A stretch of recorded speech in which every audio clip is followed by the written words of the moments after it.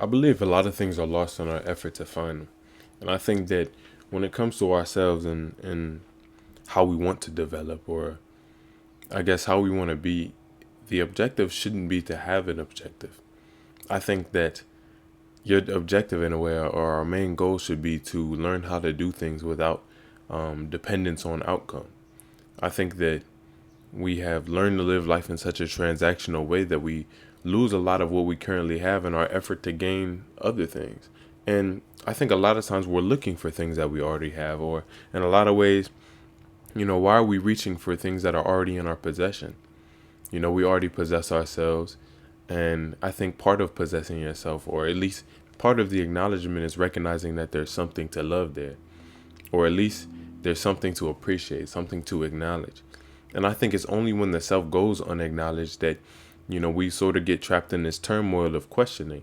I think that sometimes asking a question takes away the answer, not because it's because we're seeking it out in a way, but because we're taking it away in our instantiating that it's not currently here, or that we aren't the answer, or that we don't have the answer. And I think it's about knowing that you have the answer to yourself, and knowing that you're the only person that can. You know, I think in a lot of ways we're just convinced of ways that we are, whether that be from society, yourself, other people, events and circumstances in your life that you think are characteristic of you. And I think the importance is to not take, life so seriously in a way. Recognize that things truly are as they are, and the objective isn't to solve every single thing that we come across, it's to accept it. Because acceptance is the only way we ever get to solve anything. I think we can't heal what we don't acknowledge, and true acknowledgement is being able to look at things for what they are, not what you carry. And I think when it comes to our future endeavors and even our efforts to be creative, or our efforts to do anything, you know, it shouldn't so much be an effort. I think effort somewhat implies opposition when it comes to us doing anything. And I think we need to learn how to be leisured in doing. And I think that's what the present offers us. The present moment is sort of about getting yourself out of your own way. Not allowing your ego to occupy you with thoughts, and being so trapped in your mind about certain circumstances and perspectives, or the things that you're reaching for, to the point where you can't reach for them, or just to a point where you can't hold on to anything. You know, I think that we need to sort of retract our hands and recognize that a lot of times we already have what we're looking for. And I'm not necessarily saying that when it comes to your goals, don't do anything, but don't expect it to be placed in your hand in a way. I think whenever we're trying to achieve something, it's not necessarily the achievement that does itself. It's you that does it. It's your belief in yourself, your relative belief in your capabilities and abilities, or the work that you put in, or just in essence of you being you, the deservingness you feel, the happiness you feel, the vibration you carry. And I think that's what gets us to our goals. That's what makes you achieve anything, is always the amount of space you give yourself to actually get it. The amount of regard you give yourself in terms of your capability. And I think, to not reach your hand is to say to yourself that, you know, whatever it is already within the scope of your ability. I think that, sometimes we doubt ourselves in regards to what we're trying to traverse to and trying to get to, because we don't see it in front of us, or because we don't think it's within our reach, or something like that. And, you know, even if there is to be any truth in that matter, it's not going to be found in your thought. It's not going to be found by you overthinking it and you being negative towards yourself about what it is that you want to do and have to do. It would only be figured out, I think, in a real way by doing it. And I think to give yourself the best opportunity, it wouldn't be to go in with no confidence, or to go in with no belief in yourself, or to say to yourself that you're not enough for this, or that you don't deserve this, or that you don't deserve that.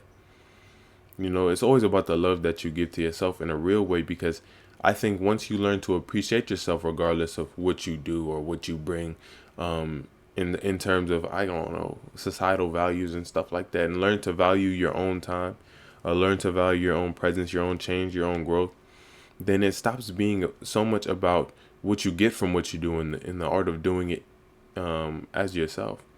I've been preoccupying myself with the idea that things need to be done for the sake of you in order to be truly expressed and truly given. And I think in a lot of ways, everyone is always sharing all the time. So somewhat the fear of sharing or fear of doing anything is just nonsense. You're always sharing part of yourself. You're dressed a certain way. This is the clothes you like. You're sharing that. This is the way you like your hair to look. You're sharing that. Even if it's not the way you liked it, you're still sharing it. So the objective isn't to change who we are to share something different, but appreciate what we share and share with love. I think if we learn to share with love from where we are and accepting our own in a way, we'll be more inclined to see the things that actually align with what we need and want. And in that, we'll often see opportunities. And in that, we'll often be able to capitalize off of them. Going back to the idea that we sort of negatively downplay our own capability and ability before we actually try to do anything. It's not just saying that you won't see an opportunity, because you might. But once you get to it, what will you be saying to yourself that's actually going to allow you to do it in a way that allows you to reach your goals? I think that, when it comes to creativity and in the value that we have to place in ourselves in order to be expressive, it's something that should sort of be done without effort. I think the only reason we displace our values because we think it's everywhere but where we are. We think that there's a certain amount of comparison we can have to any one person. Their life may look like this, but it's not your life. And I think that's a freeing feeling. Recognizing that it's your own path, your own journey, and the only way you get to write it, or the only way you get to control where your path is going, is by being present enough to make steps. And it's not even about the totality of the steps that we have to take in our life, because it's not about the objective. It's about you taking each individual step. And what I'm finding out is being happy about each individual step is what allows you to do things so much more quickly. If you enjoy every single step, you're going to go up the stairs a lot quicker. But if you're dreading every single step and you're acting as if it's laborious, and I'm not saying to disregard your own feelings of tiredness and fatigue when it comes to what you do, but recognize that some of that tiredness and fatigue is mental conditioning. It's the way we believed ourselves to be inconsistent with whatever it is that we're doing, or the way at which we feel displaced from our actual goals to the extent of the degradation of what's currently here. I think what we run from, or what we chase, must run from us in a lot of ways, because just of the feeling of chasing, the feeling of effort, the feeling that you need to jump through hoops in order to love yourself, in order to be yourself, in order to give yourself any type of validity, is sort of, I think, unbefitting to a person. I think it's truly once you sort of learn to occupy your own space, I'll say, that we truly recognize that everyone's life is their own. What you let in is a choice of your own. When it comes to other people's lives, other people's perspectives, their feelings, even certain events in the world. I think we take a lot of stuff personally when we don't need to, just because you may feel negatively about that. Like, you may have to get something fixed on your car, but what does that mean in the totality of your happiness and your overall enjoyment of life? It's not a step in the wrong direction just because it's negative in a sense, or can be connoted as such. It just means that that's what it is. And whether or not you want to place a negative connotation is just exemplary of you. It doesn't mean you have to acknowledge everything with a certain amount of happiness. It doesn't mean that you have to look at the negative parts of your life and be like, yes, I'm so glad that stuff happened. I don't think that at all. I think it's more so about accepting it. That's something that happened. But that doesn't mean that it has to drive every single one of our actions. I think we move a lot in a sense of lack. In a sense to say, we reference what we don't have more than what we do. And I think it is that very relationship that we have to what we want that makes it so hard to reach. Because even when we're subtly attracting it, subtly accumulating those things that we want, it's like we don't acknowledge it till we have it in full.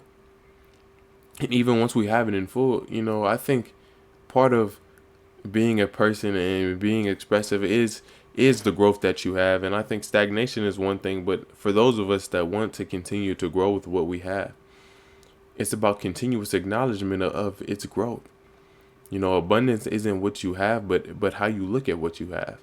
Um, it's about sort of carrying everything with you, not in the sense of constantly in your mind acknowledging, oh, I have this, oh, I have that, but resting assured, giving yourself an opportunity to be where you are without restriction, because all it does is promote early suffering. You know, like, I don't know how to really articulate it further than that, but in my own life, I think some things I enjoy to or like writing. I enjoy speaking. I enjoy making poetry, going in nature, doing all those things. And I think all of those things are somewhat a benefit to anyone's mental health, but I think they shouldn't be done for the sake of mental health. I think when it comes to our growth and development, we need to recognize that the self develops best when we don't preoccupy ourselves with our own sickness. It's like trying to heal by constantly telling yourself you're sick, and I don't think that works either. But I don't think that you can just ignore your illness and act as if you're already healed, and it'll just be that way. I think certain things take action, certain things takes acknowledgement. And in that acknowledgement of what you need to heal and an acknowledgement of what you need to change in order to develop as a person, it's not necessarily something that should be hyper fixated on. But I think it's something that we need to give enough presence to see the ways in which it's impacting other things in our life and what we can do to actually benefit that. But I think in that action that actually benefits it, we need to learn how to do it, or at least do it out of the love that we have for ourselves. And I think that's what doing it for yourself truly means, is to not really worry about how it will grow for others, or how it'll make others think, or how it'll make the world think, or how it'll do anything for anyone but you. And I don't mean that to say be selfish or narcissistic, but when we're coming into the truest version of who we are, we have to recognize that who we are is not in reference to anyone else. And I think allowing yourself to exist on that plane of authenticity is what truly allows abundance to flow in your life, because you recognize that is your perspective. And you recognize that everything that you see and everything that you get to experience is your abundance. It is your life. It is your experience. And in giving yourself back to that experience and truly allowing yourself to do it, I think that, certain things flow into our life without knowing. I think when we expect nothing, we gain everything.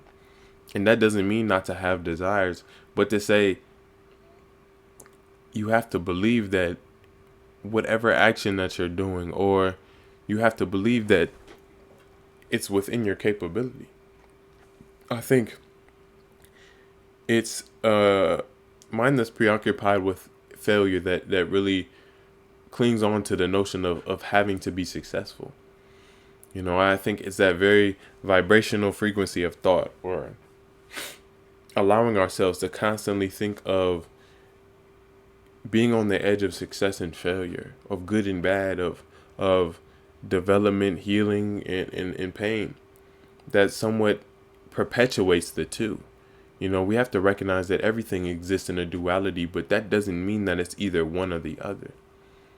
Everything exists on a whole spectrum. It's a whole field of potential. And I think the greatest potential that we can give to ourselves is only going to be found if we're actually taking part in our experience, if we're actually choosing to be where we are. And before I was making this, I was like, all right, let me meditate before I do this, because I think in a subtle way we get so habitually mixed up in our development without recognizing that anything can develop you. I think that anything can be a sign of the universe's affection for you. And that's what it means to make life intimate, is to sort of heed the beauty of life and truly look at it without being analytical of it all the time. Like, it doesn't have to mean anything. If you saw a beautiful sunset, or if a black cat crossed your path, it doesn't have to mean anything. But it could mean exactly what you want it to at the same time. And I'm not saying necessarily be delusional in that sense, like not saying, oh, if this person does this, then that means they. I don't think that at all. But what I do think is we should never, in our effort to see what it is that we want, degrade what we currently have. We should sort of allow that abundance to be a feeling characteristic of what we currently possess, because that's the only way we're going to feel attuned and affirmed enough to actually get to where we want. You know, even if you have thousands of dollars, if you constantly feel displaced by that million, you're going to feel broke to an extent. And I always think it's about recognizing that even the good can get better. And that doesn't mean you degrade what you currently have. It means you give yourself affirmation where you are and say, wow, I could get better, or I am getting better, or my efforts are going to tend towards my best good in a way. And I think in a lot of ways, doing your best is a help with that too, because it's sort of like putting yourself all out there and recognizing that all you can do is do your best. All you can do is do what you can with what you have, and everything else is a gift beyond comparison. You know, you don't create everything that you see, but you get to see everything that you do. And I think that's a beautiful thing in and of itself. All that to say, recognize that your value is not vested in your goals, it's vested in who you are. And I think once we truly accept that and stop expecting the world to show us our value, then we'll be able to see it through ourselves. If you made it this far in the video, thank you for being you. Keep being great. Make sure you're taking care of yourself, doing what you can with what you have, treating yourself like a friend, etc. A lot on the way, a lot already here.